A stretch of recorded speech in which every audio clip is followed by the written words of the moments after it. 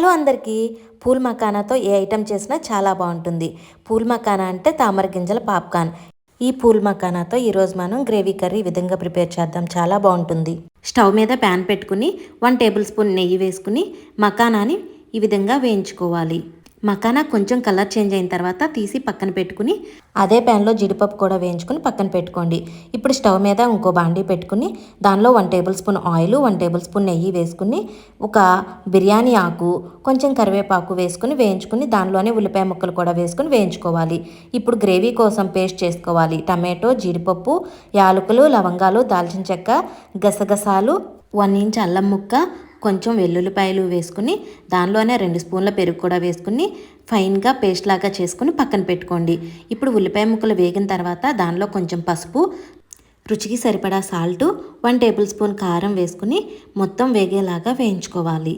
ఇది మొత్తం వేగిన తర్వాత దానిలోకి 1 టేబుల్ స్పూన్ వరకు ధనియాల పొడి కూడా వేసుకుని మొత్తం కలుపుకొని వేయించుకోవాలి. ఈ మసాలాలన్నీ వేగిన తర్వాత ముందుగా ప్రిపేర్ చేసి పెట్టుకున్న టమాటో పేస్ట్ కూడా వేసుకుని మొత్తం కలిసేలాగా వేయించుకోవాలి. ఇది పచ్చివాసన పోయేంత వరకు వేయించుకోవాలి. ఈ విధంగా మొత్తం కలిసేంత వరకు కలుపుకుని దీనిపైన మూత పెట్టుకుని 2 నుంచి 3 నిమిషాలు ఉడికించుకోవాలి. ఈ విధంగా ఉడికిన తర్వాత ఒకసారి మూత తీసుకుని మొత్తం కలుపుకోవాలి. ఈ విధంగా కలుపుకున్న తర్వాత గ్రేవీకి సరిపడా వాటర్ పోసుకొని మరలా ఒక్కసారి కలుపుకోవాలి. వాటరు మసాలాలు మొత్తం కలిసేలాగా మొత్తం కలుపుకోవాలి. కలుపుకుని పైన మూత పెట్టుకుని 2 నుంచి 3 నిమిషాలు మొత్తం ఉడికేలాగా ఉడికించుకోవాలి.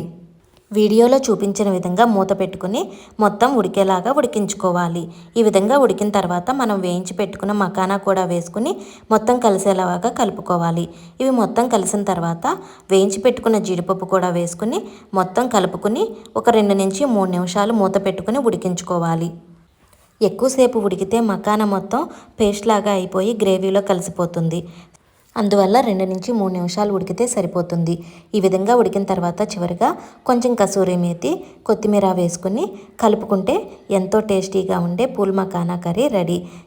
ఈ కర్రీ చపాతీ, రోటీ, బిర్యానీ వేటిలోకైనా చాలా బాగుంటుంది. ఒకసారి ట్రై చేసి చూడండి. Thank you for watching. Please like చేసి, షేర్ చేసి, సబ్స్క్రైబ్ చేసుకోండి. Thank you.